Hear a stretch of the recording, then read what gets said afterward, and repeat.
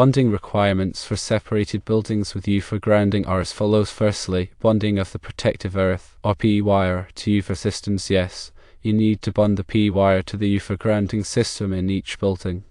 The PE wire serves as the earthing, also known as grounding conductor, and must connect to the building's grounding system at a single point.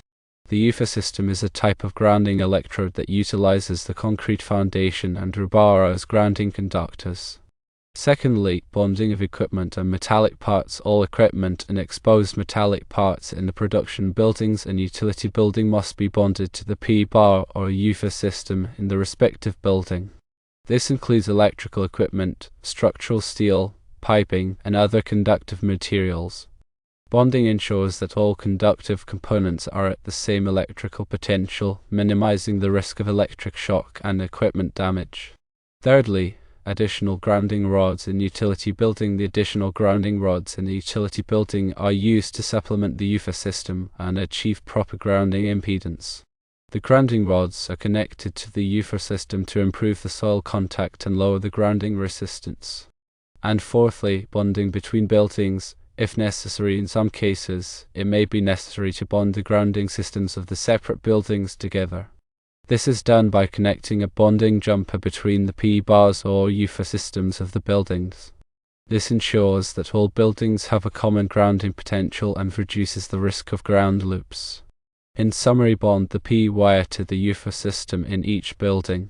Bond all equipment and exposed metallic parts to the PE bar or Ufer system in each building. Use additional grounding rods in the utility building to enhance grounding impedance. Consider bonding the grounding systems of the buildings together if necessary. Earthing and bonding are crucial safety measures in electrical installations, especially in complex setups involving multiple buildings.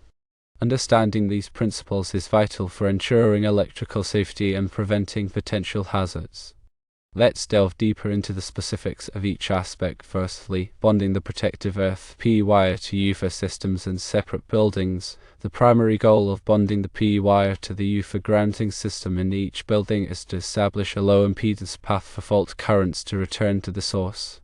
This is essential for the proper operation of overcurrent protection devices, such as circuit breakers and fuses. Where a fault occurs, such as a short circuit, a large current flows through the PE wire back to the source. This high current causes the overcurrent protection device to trip, quickly disconnecting the circuit and preventing electrical shock or fire hazards. The Ufer system, also known as a concrete encased electrode, is an effective grounding method because it provides a large surface area in contact with the earth, resulting in low grounding resistance. Connecting the PE wire to the Ufer system ensures that all grounded metal parts in the building are at the same potential, minimizing the risk of electric shock. Secondly, bonding equipment and metallic parts in each building. Bonding all equipment and exposed metallic parts to the PE bar or Ufer system in each building is a fundamental safety requirement. This includes electrical equipment like distribution boards, motor control centers, and machinery, as well as structural steel, piping, and other conductive materials. The purpose of bonding is to create an equipotential plane, meaning that all conductive surfaces are at the same electrical potential. This prevents voltage differences from occurring between different metal parts, which could lead to electric shock if someone were to touch two surfaces with different potentials simultaneously. For example, if a metal enclosure of a motor is not properly bonded and a fault occurs, the enclosure could become energized. If a person touches the energized enclosure and a grounded object, such as a water pipe, they could receive a dangerous electric shock. Proper bonding ensures that the fault current flows back to the source through the PE wire, tripping the overcurrent protection device and energizing the circuit. Thirdly, using additional grounding rods to supplement the Ufer system in the utility building. The additional grounding rods are used to supplement the Ufer system and achieve proper grounding impedance. Grounding impedance is the total opposition to current flow in a grounding system, and it includes resistance, inductance, and capacitance. A low grounding impedance is desirable because it allows fault currents to flow easily back to the source, ensuring the quick operation of overcurrent protection devices. The Ufer system is generally very effective, but in some cases the soil conditions may not be ideal, resulting in higher grounding resistance. Additional grounding rods are driven into the earth and connected to the Ufer system to improve the soil contact and lower the overall grounding resistance. The number and placement of grounding rods should be determined based on soil resistivity measurements and local electrical codes. And fourthly, considering bonding between separate buildings if necessary. In some cases, it may be necessary to bond the grounding systems of separate buildings together. This is particularly important when the buildings are close together and share common electrical services. Bonding the grounding systems ensures that all buildings have a common grounding potential, reducing the risk of ground loops and voltage differences between buildings. A ground loop occurs when there are multiple paths for current to flow to ground, creating unwanted circulating currents. These circulating currents can cause interference with sensitive electronic equipment and increase the risk of electric shock. Bonding the grounding systems together eliminates these multiple paths and ensures that all ground currents flow through the intended path, the P wire. The bonding between buildings is typically achieved by connecting a bonding jumper between the P bars or Ufer systems of the buildings.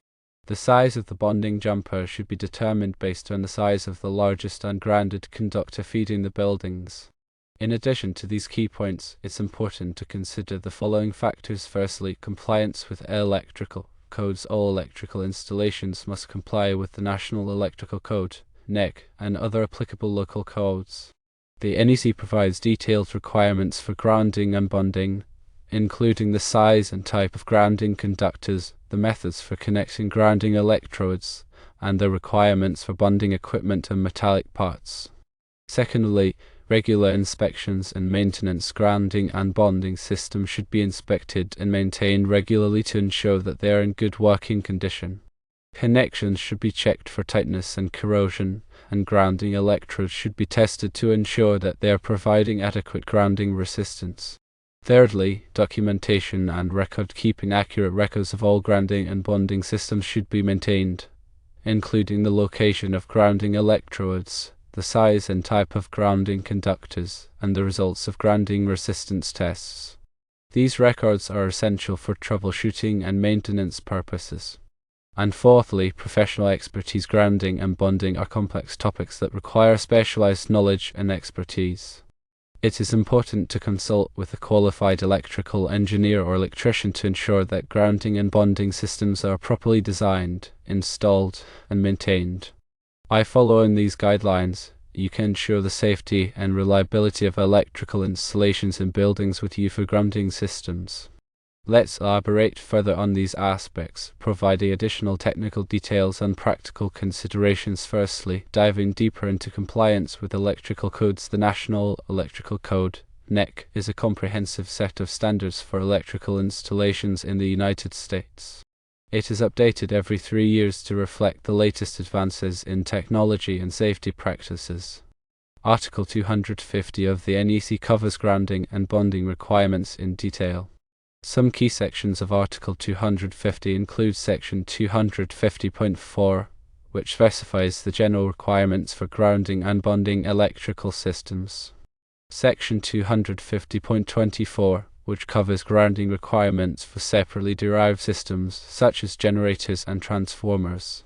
Section 250.50, which specifies the requirements for grounding electrodes. Section 250.92, which covers bonding requirements for metal enclosures and equipment. And Section 250.104, which specifies the requirements for bonding metal water piping and other metal piping systems. In addition to the NEC, many local jurisdictions have their own electrical codes that may be more stringent than the NEC. It is important to be familiar with the applicable codes in your area and to ensure that all electrical installations comply with these codes. Secondly, a more detailed look into regular inspections and maintenance. Regular inspections and maintenance are essential for ensuring the long-term effectiveness of grounding and bonding systems. Inspections should be performed at least annually and more frequently in harsh environments. During inspections, the following items should be checked. Connections. All grounding and bonding connections should be checked for tightness and corrosion. Loose or corroded connections can significantly increase grounding impedance and reduce the effectiveness of the grounding system. Grounding electrodes should be inspected for physical damage and corrosion. The resistance of grounding electrodes should be tested using a ground resistance tester. The test results should be compared to previous test results to identify any trends that may indicate a problem. Grounding conductors should be inspected for physical damage and corrosion. The size and type of grounding conductors should be verified to ensure that they meet the requirements of the NEC. Bonding jumpers should be inspected for tightness and corrosion. The size and type of bonding jumper should be verified to ensure that they meet the requirements of the NEC. Equipment grounding conductors eggs should be inspected for continuity and proper connection to equipment. Any damaged or corroded components should be replaced immediately. Thirdly, understanding documentation and record keeping. Comprehensive documentation and record keeping are crucial for effective management of grounding and bonding systems. Accurate records can help to identify potential problems early and facilitate troubleshooting and maintenance. The following information should be documented: location of grounding electrodes. The location of all grounding electrodes should be clearly documented, including a description of the type of electrode and its depth. Size and type of grounding conductors. The size and type of all grounding conductors should be recorded, including the material, insulation, and ampacity. Grounding resistance test results. The results of all grounding resistance tests should be recorded, including the date of the test method, and the measured resistance. Bonding connections. The location and type of all bonding connections should be documented, including the size and type of bonding jumpers. Equipment grounding conductor pathways. The pathways of all equipment grounding conductors should be documented, including the location of any splices or terminations. Maintenance and repair activities. All maintenance and repair activities related to grounding and bonding systems should be documented, including the date of the activity, the description of the work performed, and the materials used. These records should be kept in a safe and accessible location and should be updated regularly. And finally, a closer look at professional expertise. Grounding and bonding are complex topics that require specialized knowledge and expertise. It is important to consult with a qualified electrical engineer or electrician to ensure that grounding and bonding systems are properly designed, installed, and maintained. A qualified electrical engineer can perform a thorough assessment of your electrical system and recommend the appropriate grounding and bonding solutions for your specific needs. An experienced electrician can properly install and maintain grounding and bonding systems in accordance with the NEC and other applicable codes. When selecting an electrical engineer or electrician, it is important to verify their qualifications and experience. Look for professionals who are licensed and insured and who have a proven track record of successful grounding and bonding projects. By investing in professional expertise, you can ensure the safety and reliability of your electrical system and protect your property and personnel from electrical hazards. Let's consider a few scenarios and examples to further clarify the application of these principles. Firstly, a scenario involving a production building with sensitive electronic equipment. Imagine a production building that houses sensitive electronic equipment, such as programmable logic controllers (PLCs) and variable frequency drives (VFDs). These devices are susceptible to damage from voltage transients and ground loops. In this scenario, it is critical to ensure that all equipment is properly bonded to the Ufer grounding system to minimize the risk of electrical noise and interference. Additional measures may be necessary, such as installing surge protective devices, SPDs, and using isolated grounding techniques. Secondly, a scenario involving a utility building with a substation. Consider a utility building that houses a substation. Substations typically contain high voltage equipment, such as transformers and switchgear, which can generate significant fault currents. In this scenario, it is essential to ensure that the grounding system is designed to handle these high fault currents. Additional grounding rods may be required to supplement the Ufer system and achieve the required grounding impedance. Thirdly, a scenario involving separate buildings with different functions. Suppose you have two separate buildings, one used for manufacturing and the other for office space. The manufacturing building may have heavy machinery that generates electrical noise, while the office building contains sensitive electronic equipment. In this scenario, it is important to consider bonding the grounding systems of the two buildings together to minimize the risk of electrical interference. However, it is also important to isolate the grounding systems to prevent noise from the manufacturing building from affecting the sensitive equipment in the office building. This can be achieved by using a single-point grounding system and installing isolation transformers. Examples of proper bonding techniques are as follows: bonding metal conduits to equipment enclosures. Metal conduits that enclose electrical conductors should be bonded to the equipment enclosures using bonding bushings or bonding lockouts.